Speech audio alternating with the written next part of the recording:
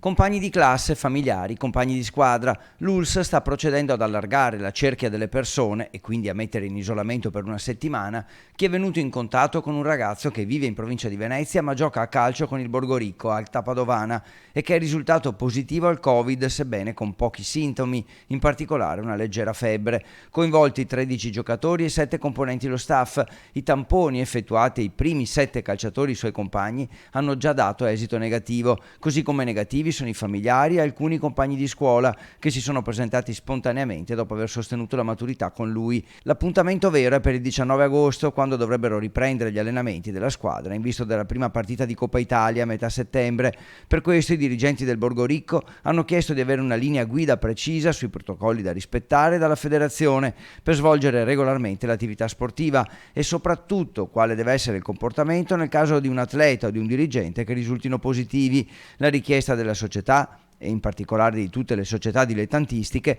è di poter isolare solo il giocatore positivo senza fermare gli allenamenti degli altri.